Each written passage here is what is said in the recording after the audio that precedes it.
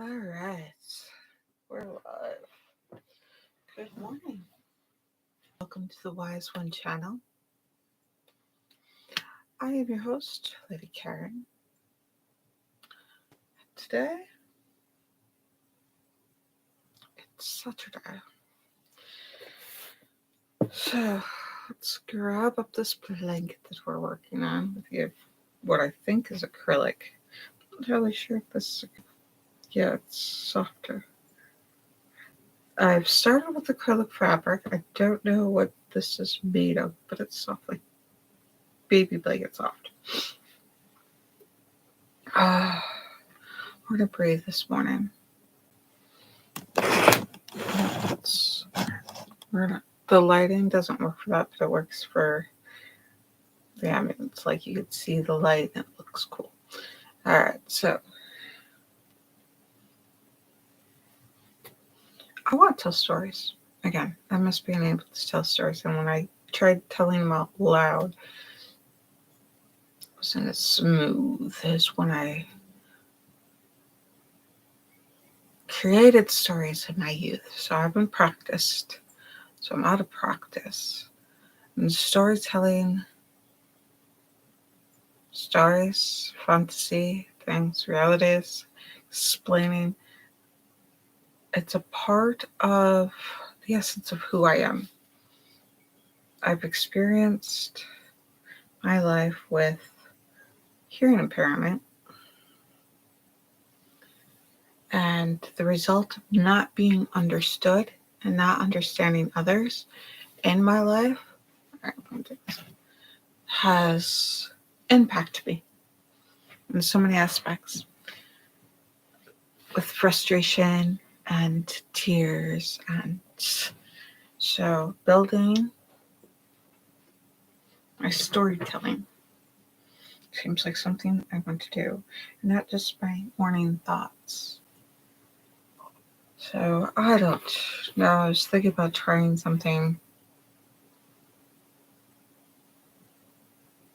off the top of my head. Usually, if I don't have the stage fright of like having to perform, telling stories is something I could do in my head pretty well. I always have thoughts. I always have creations, but these are going to be trademarks. I don't, trademark stories.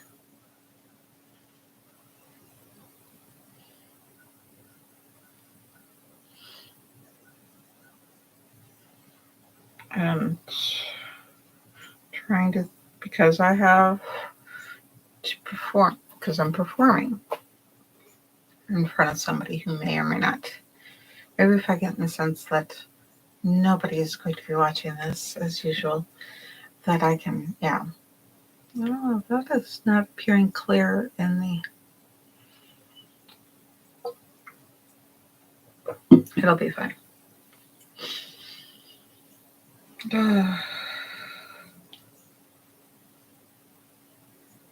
So let's start with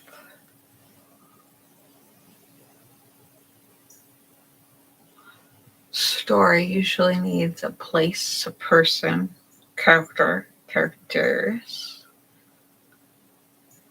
Story involves a plot. Story works best when you describe something you know, something you're familiar with, something that you like. Because then you can describe the small details that make the difference, that create the world. There's no point in telling a story about myself, but there's something about the characters, other characters.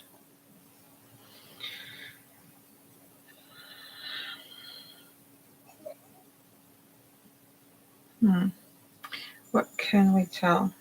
What kind of story can we create?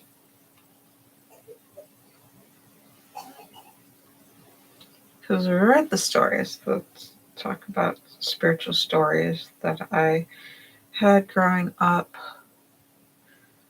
that were shown to me in visions. You know, you stare in the fire and then you're off in La La Land, and lots of stories, pictures, movies, imagination would flow in front of my face as a child. Just staring in the fire, just staring off into the middle of nowhere, just letting my thoughts drift as a child. And I would hear stories and some of them were ghastly violent.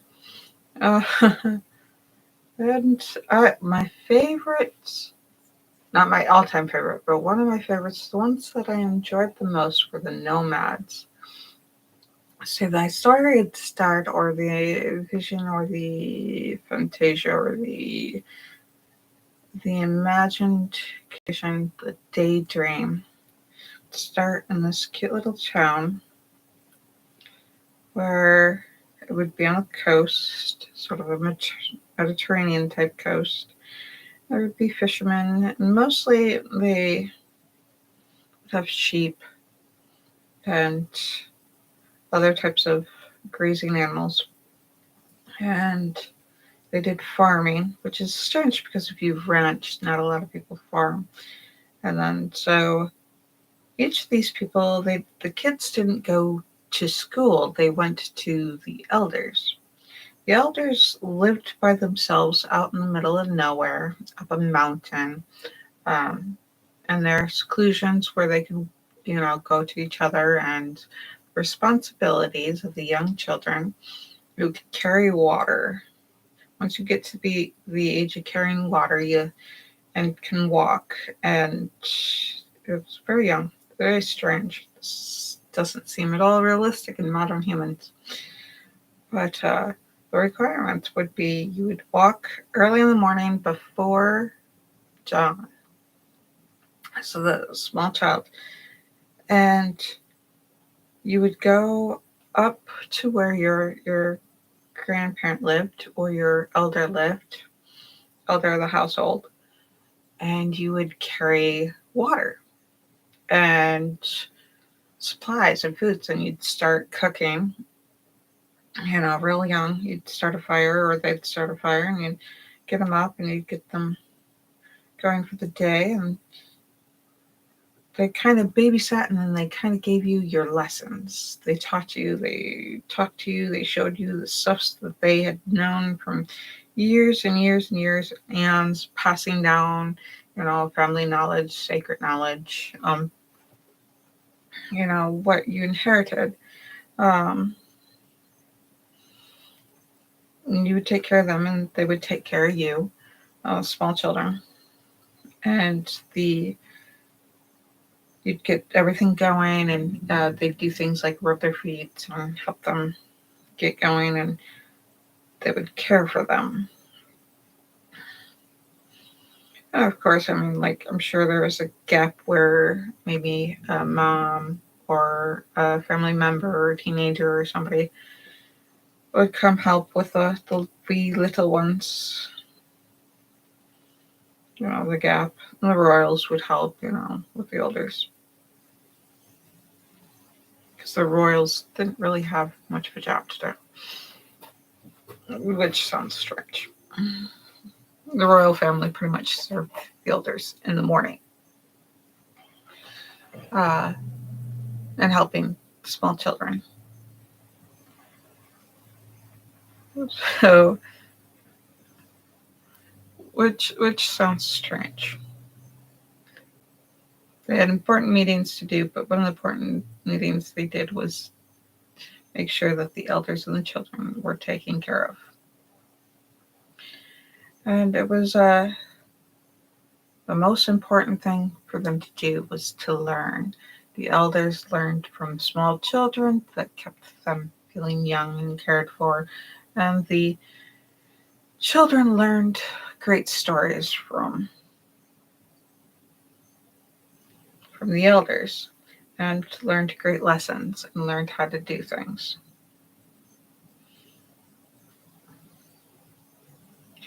Then the parents, well, they'd go off and they'd go do their craft. they'd go find whether or not they were fishermen, fisher ladies, gardening. Lots of women did lots of the gardening and the weaving and stuff because they were just good at it. It seemed the plants would yield for the women. They had certain secrets. It seemed like the secrets of gardening and cultivating and husbandry was passed mostly to the women. So it's like they had a golden touch. They could get it to yield more. They just naturally. And most of the men had animal, like a way with the animals. So it wasn't always just based on gender. Sometimes there would be a female shepherd, and sometimes there would be a male gardener and farmer. Occasionally, some of the farming was done by those who were ill because it helped them heal faster, and there wasn't much required of walking. You just sit there and do the planting and things, and or ride an animal like a horse or goat or whatever, and get it, pulling a little cart. And this was Mediterranean-ish, so the weather was always beautiful, windy but beautiful. So then it was an array of arts. I mean, there was a lot. It wasn't just the village wasn't known for, oh, that's a fisherman's village. Oh, that's they herd sheep. They're great sheep herders, or they're known only for mining or for uh, the reaving. They were really, really good with their art, actually, their skills and their livelihoods. And since they lived on the coast, their trade, they would trade with the nomads that are yearly coming through.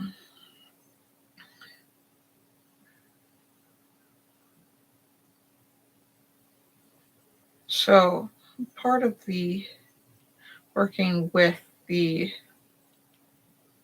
nomads was that when the nomads came through and you were ready to take adulthood, you would take a year, because usually the nomads every year would come through normally. Uh, there were rare occasions they did not. You would take a year for adulthood. The right passage for adulthood would be to leave on this caravan, whether they went on ship or they went up into the land and caravanned out, and they would travel. They traveled the entire world. And sometimes the other rule is that you'd have to bring your spouse back, because you couldn't have a spouse from town. You had to have a spouse from outside of the world. It was the way to bring the world home, the way to make your mark on the world. So it was very important to take your adulthood leave. So you were old enough to go get married, go find a spouse.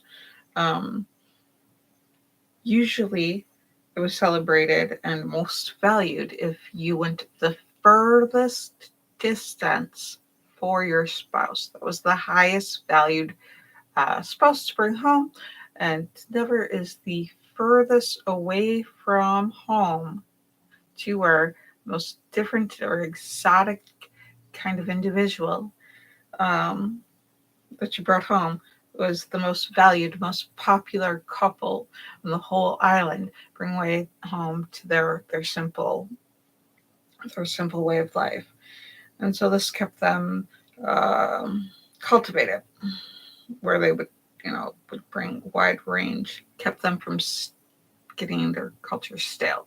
Because they learned that the more diverse their culture, the more they survived. worked, which I thought was strange when I was a little kid, imagining this story. But apparently my subconscious was like, oh, this is a key to something that works. So,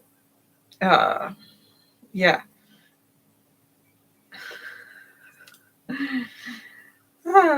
So the rite of passage, you would go and you would spend a year with the nomads, traveling the land, building skills, choosing whether or not you wanted to inherit the skills of of your family, or if you wanted to pick up a new skill. So this was pretty much the biggest thing of a person's life, the most changing part of a person's life. And the funny part is, they only worked till noon, and the kids only schooled till noon. Because when it became noon, when the sun was at its zenith, the lighting was usually best. They would go down to the wall. This wasn't a wall to separate or to build a church or a wall of a building. It was a wall that went through like the beach and up through the village, and sometimes at night, a lot of the new families would couples that had just gotten married. It was tradition. People that had just gotten married to build on the wall, so the wall would keep extending. They would add bricks and add a section, and then they would put their teachings on this wall. So every day at noon, they would have a picnic. The whole town would gather at this wall that ran around from the beach all the way up through the town, through the village, and all these families would come and eat, and they would look at the wall and they would see the writings of all the families, and then they would involve the teachings. And it's not just the elders would teach, but to visit and to read the wall and to look at the wall and to interact with each other and to interact with people in town. So they would take what they knew and what they were okay with sharing. And this would be a sharing of how your day went. This would be a shared meal, a very important meal, be the most resting too. So it's just kind of just frolic time was when the sun was at its zenith, and then you could rest and you could chit chat and you could just enjoy. It was just the social era, and just kind of chill out. Rain, I think they went to just this big barn, this big hall, this great, just the biggest building that is just, on rainy days. And they, if it was cold rain and then hot rain, they'd just go out in the rain if there was no lightning and thunder and just chill out. It wouldn't bother them. They'd kind of just dance around, and mostly they would go playing games or something in the rain. But he could just chill and just be in this cute little village. I thought this was, strange when I was little, but this is what my subconscious was coming up with. It was pretty, and the fishermen's, sometimes the fishermen would come in about noon and get ready to,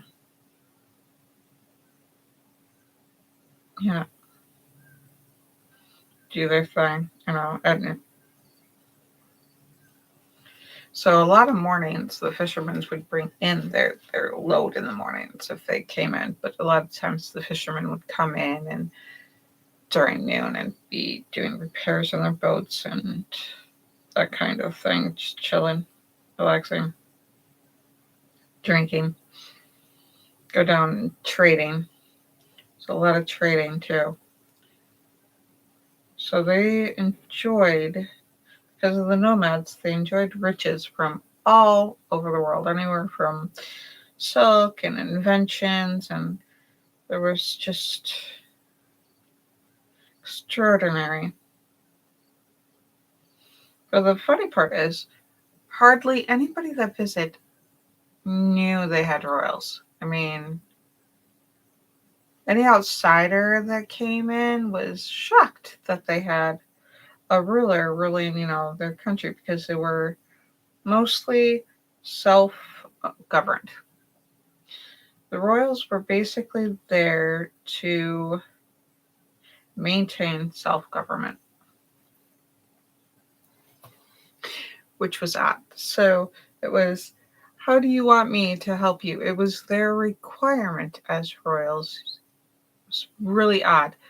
It wasn't so much as they ruled over people, which is what we think of as royals, is basically the word royal, but or terrain. But their job was to help them help themselves, was to make sure that they had everything they needed in order to do what they needed to do, because they ran their own schools, and they ran their own, their feeding, their,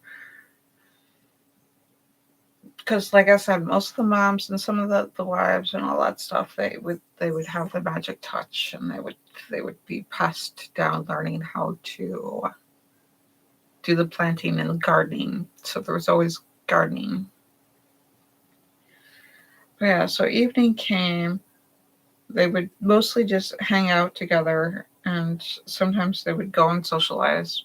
Sometimes at night there would be that would be the time that you would go see your neighbor, and you'd invite each other to dinner, and that would be the time where a lot of trading occurred too, like the butcher would, or the guy who cut meat. That would be, where he would go and make his deliveries. Um, which would be odd because I think they had refrigeration. They would go and, pick up stuff in the morning, but I mean, he'd go and he'd make deliveries to those who can walk or that were far off or something. And mostly people were self-efficient, but they weren't.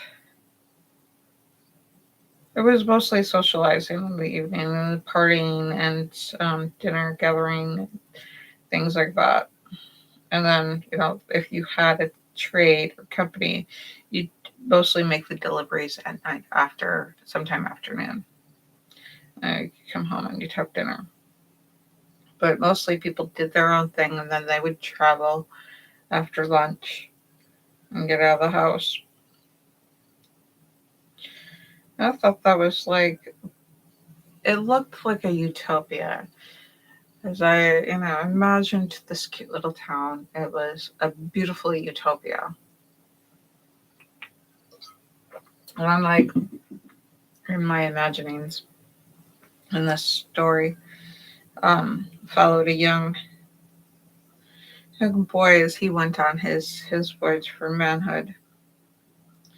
I mean, there was hardly anybody that was poor from that village. I mean, poor wasn't the same thing as poor here. Everybody had food, everybody had shelter, everybody had water.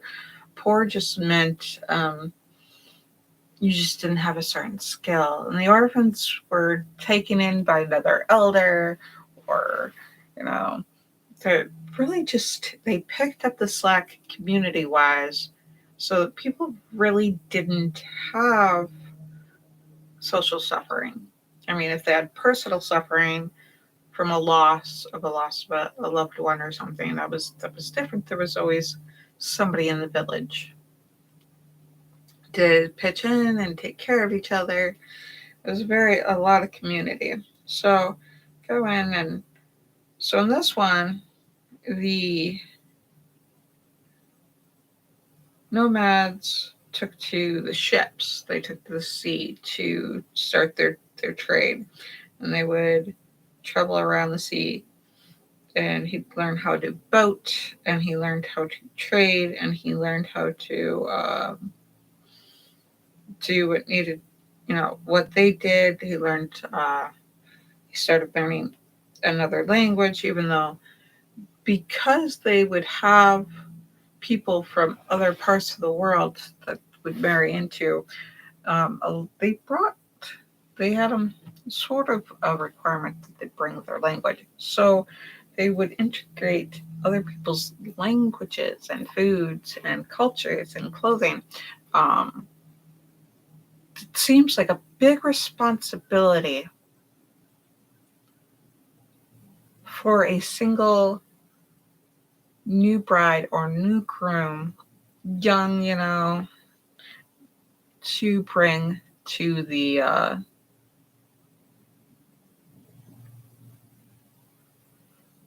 village to show. So you got a single person's perspective of the world that they had, which was like, wow, wait, what? I have to teach my language to all these people, and I have to learn a new language, and you know, so he knew a couple languages of places that they would stop, but he was learning more and more languages, which was a normal thing for those people, is to learn lots of languages, learn lots of different cooking and different, skills. He didn't learn a lot of recipes, but he did know how to cook, and he learned about the plants, and he learned about different types of, because they would on port, and he'd learn about the stuff that they would trade. And kind of culture shock, but it wasn't as much of a culture shock as someone like you or I would go to another place and it'd be vastly different than anything we'd ever known. But we weren't, because most of us are taught like not to go looking for the difference, but to make sure our culture, you know. So let me see if I can get this to go straight.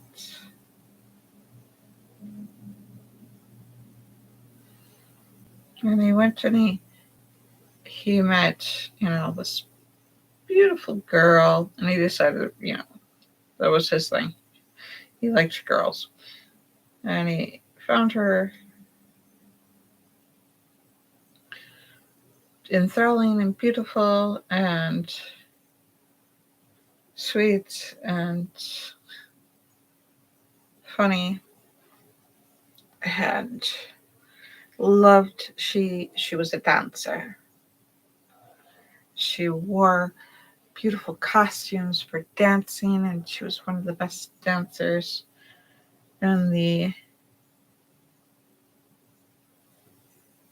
her dancing troupe.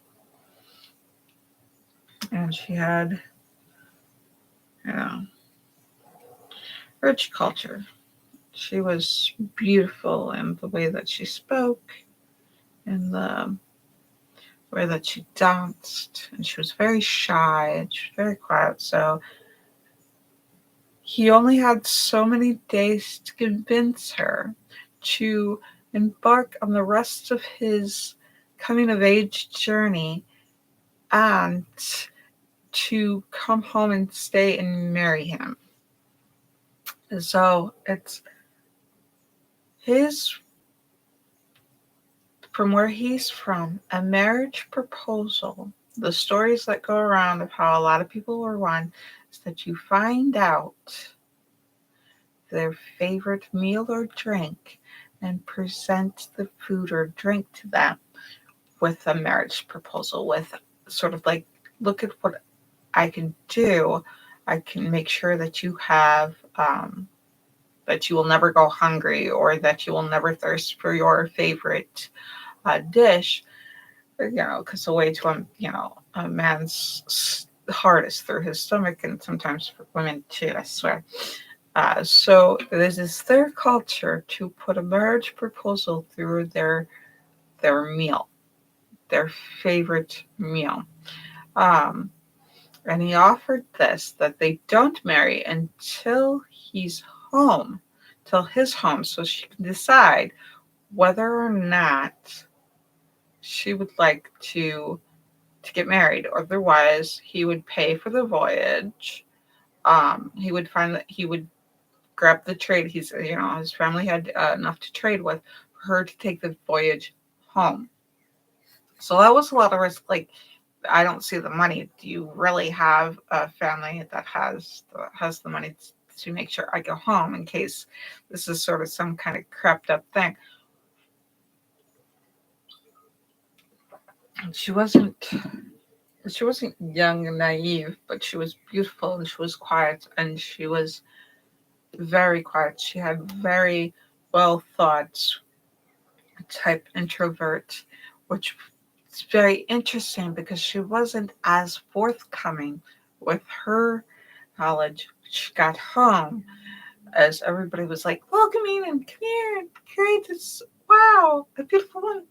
And I think there were like 3 other people who brought home spouses during income to age, And so he was like, we.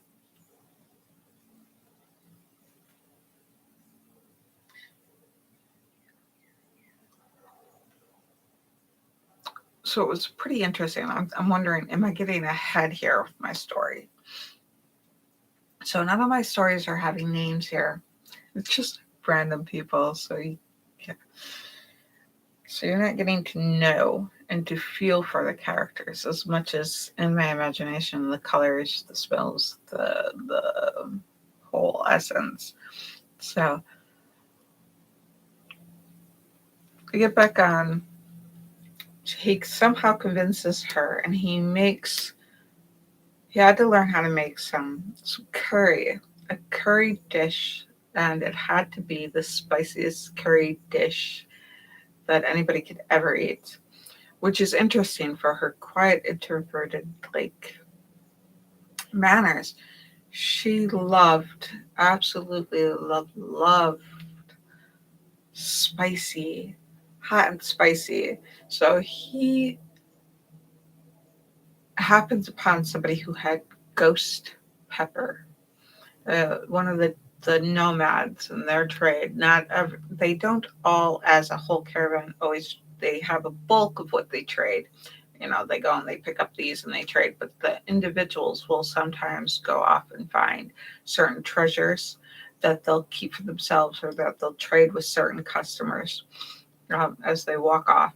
Like they'll spend like a year, they'll gather certain treasures and they'll spend a year going a different trade route and coming back. So he found one that had like ghost peppers, except they weren't called ghost peppers. They were called fire death peppers or fire death veggies. Like, wow, fire death. They were the death of fire,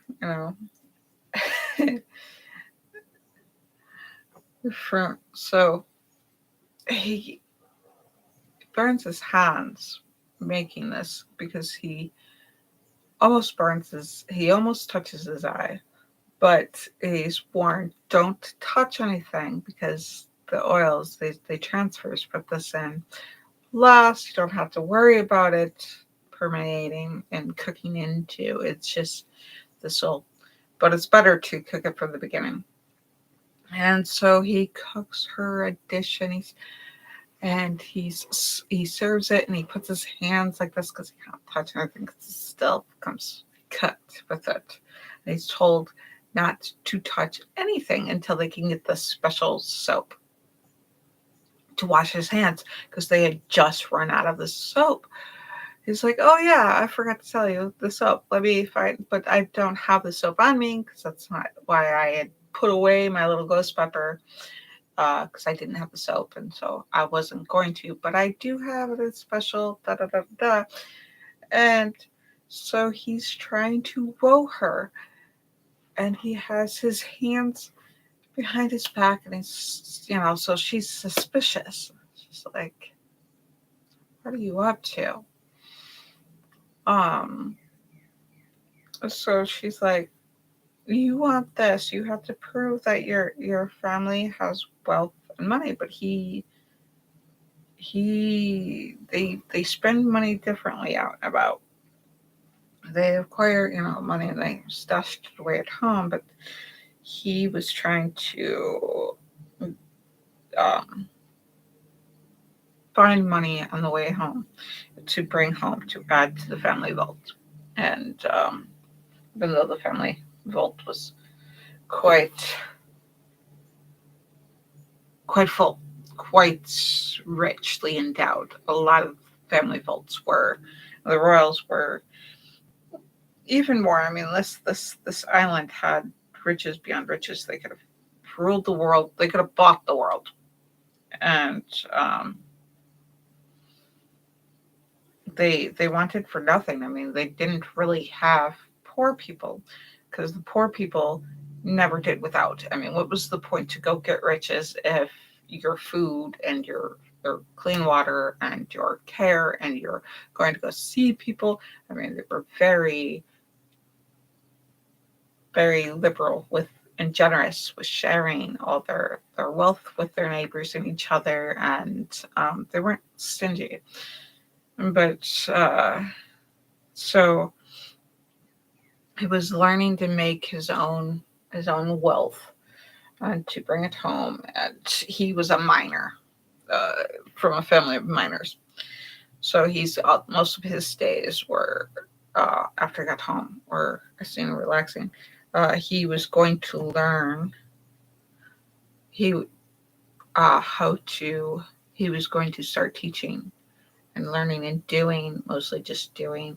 He was going to be in the caves all day mining for precious gems. They didn't just have metals, they had precious gems. And he had left his precious gems and his metals at the house and his parents. So he was a miner.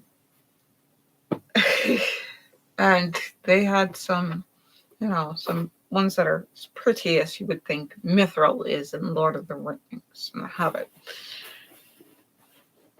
Uh, but, gorgeous. And so I had to convince her that he did have wealth, that he, based on the nomad's words, the nomad king's words, the travelers, the king of travelers was with them, and it was one of his caravans, and he solemnly swore, and her family decided that, yes, we are going to trust you, but you have to come back and um, next year and with the next caravan to bring us some of your wealth, to show us, and so that we can see our daughter again. So he was only halfway done. So that means that he was only going to spend, you know, that he would have to wait. So it was so many years. It was so much. He was halfway done with his journey, his year of so a year from then he was supposed to be able to. So he was going to go back with the nomads. So it's almost, I was like, what are they going to do? Rob him and then kidnap him and kill him and not be married? So it was really odd that she was not going to follow the tradition of staying that year, and that they're not going to work on putting their knowledge in this, adding to this beautiful wall that was just in the middle of town, just standing by itself, just stonework. I don't know if it was supposed to, the original founders were into stonework or something, that they just started to show off their stonework by building this wall, because they had gorgeous architecture where they were doing things like the domes and things like that, where they had the keystone and the arches, and they had very intriguingly skilled stonework and most of the just off the coast. So it was pretty. And the inner town had all the gemworks. So personally, So they had stonework, and then they had some pretty gems in the town, but not a lot of visitors went further into the town. And the people were just like, they weren't awed by it, like, oh, check out our gems. It was just like, oh, we got some gems. They're pretty. I like the architecture in this room. It's pretty. But it's so common for them to have such wealth that they really didn't have poverty. Did it make it only utopian? Probably not for all the members of the town, but I'm sure there's some who weren't personally satisfied, who had loss, or who had some sort of personal adversity that they had to overcome. I mean, it wasn't a perfect, utopia. That doesn't exist, because one person's utopia is another person's dystopia, possibly. But mostly it was, yeah, a lot of independence and a lot of community. So they didn't depend on each other as much as they just shared with each other. So it was a very strange. So it was very odd. The first time, they're like, we were expecting you to stay, kind of thing, and you're out leaving all again.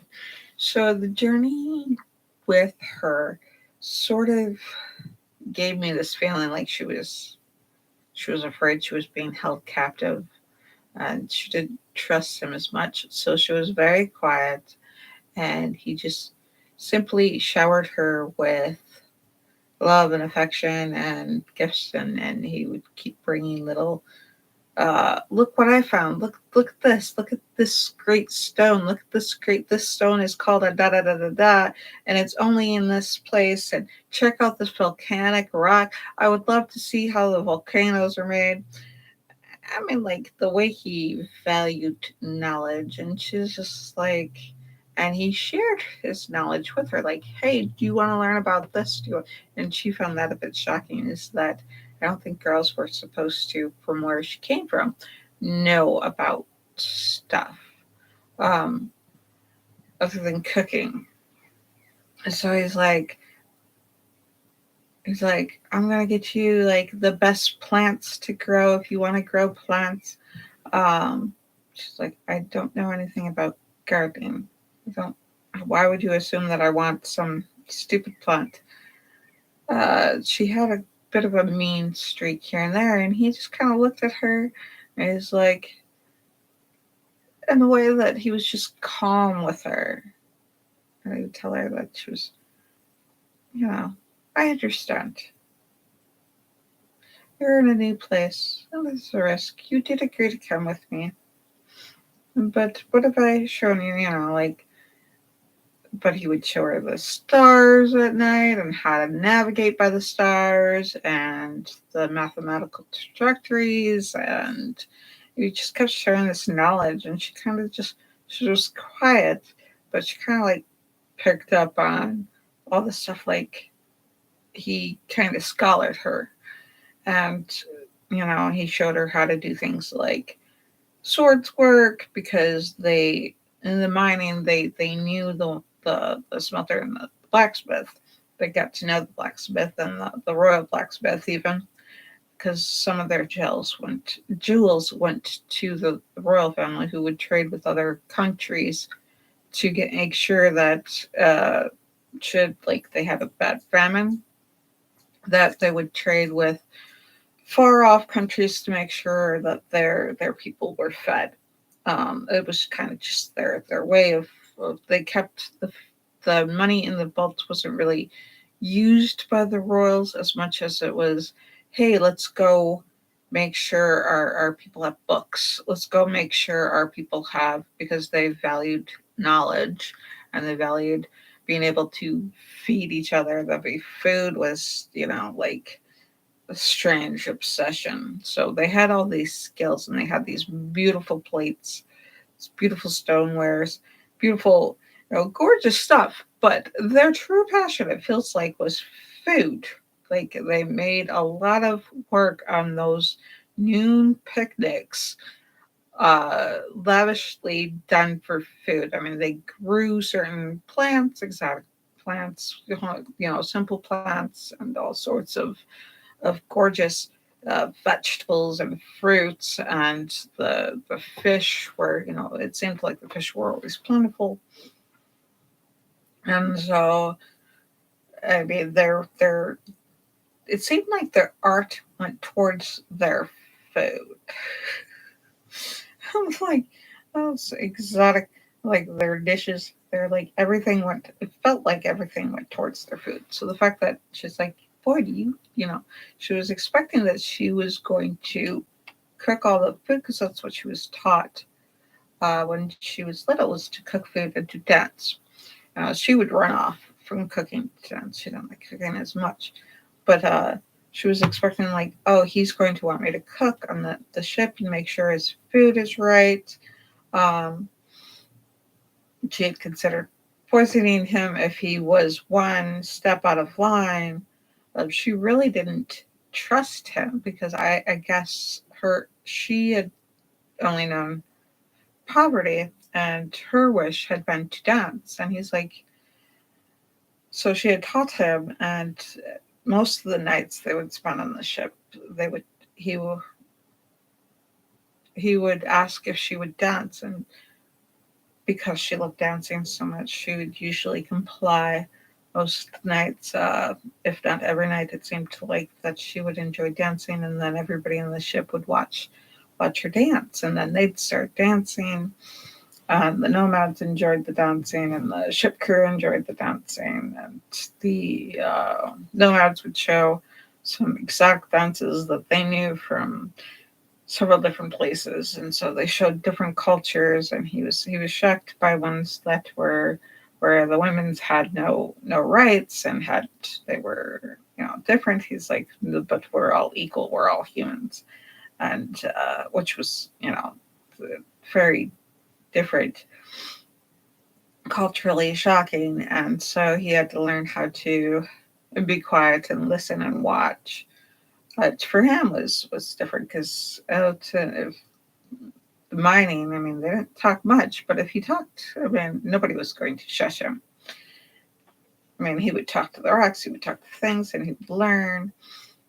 And so, I mean, even when he started helping out with the mining, which was his elder would teach him to do the mining, and his elder would teach him sort of like the Count of Monte Cristo, where he would do the work and the guy would show him. So it was basically a bit like that. So he worked mostly in the mines, and he had acquired some mines, but I mean, his elder was usually in the mine with him, showing and writing down the walls in the mines, and creating, showing them how to do things like make candles burn, or how to get the best lighting, how to find the best vein, how to do, things like that. And so, but, uh, and he would bring books. Sometimes the elder would bring books into the mines for them to read, and he'd read to them. And so knowledge was extremely valued on that island, um, right up there with food. So it was food and knowledge and community. So he was shocked by the fact that, like, she didn't trust him, but he was patient with gaining her trust, because he just wanted, happily ever after. Like, she's beautiful, she's got beautiful voice, she's got beautiful, dancing, and he never wanted her to stop dancing, and she loved dancing. And her family, as much as they're like, yes, you can go dance, but only if it brings money. If it's not bringing money, then you don't need to dance, you need to stay home and cook. um so, I mean, she was being threatened that she would have to stop dancing, and he was like, that was one of the big things that convinced her to go with him, was that he stood up for her dancing, and he would never allow her to stop dancing if she loved it, to follow her love, to follow her thing, to follow is like, it's like finding a vein, in a mountain. It's very strong, it's gorgeous, beautiful, and it's rough. As long as you follow that, you could follow it forever. And so, like, just follow your vein of whatever it is that you want, to whatever is in your core, in your mountain of who you are. Follow that, find your gems, find your passion, because his passion was finding gems. And so he cooked for her on the ship as much as they cooked for everybody. But I mean, he would go and he would cook, and sometimes when he would cook for the nomads when they were on land, sometimes, and he enjoyed it. I mean, she was surprised that she didn't have to cook, and she was surprised that he would do some of the stuff that she's like, that's woman's work. And he's like, why? So I mean, they had equality. He's like, women. Well, this isn't gardening. I mean, like, why would this be women's work to do the laundry and to do the cleaning? We all clean, we all cook, we all do this. But I mean, if you want to do women's work, I can find a plant and you can keep it alive on the ship and you can keep it alive on the journey. I can find you an exotic plant, if you want to prove how much of a woman you are, which was odd, by all means, as that's what his thoughts were. It was that women were only, if it's women versus men, a woman would have to show how good, would have to have the patience to sit with a plant and to nourish a plant, or to nourish the environment to help a plant, or they would do their magic. The women had some sort of magic with the plants, with the husbandry. Like, they knew, like, the soil, and they knew how to get it to grow and to yield, and which plants to grow next to other plants. And yeah. All right, I'm going to let you guys go. I hope you enjoyed the story. I've really got to work on my storytelling skills. But that story was all over the place. And it needed lots of work. Well, it seems more like a bedtime story. Yeah. Alright. Tomorrow I talk about spiritual stuff. I talk about the divine. Sunday I preach the sermon. But anyways, until next we meet. Love you. Love you. That's hard to do with the sunburn. I gotta work on the sunburn today so that I can use my neck. That is rough. Okay. Love you. Love you. Love you all. Until next we meet. Have a good one.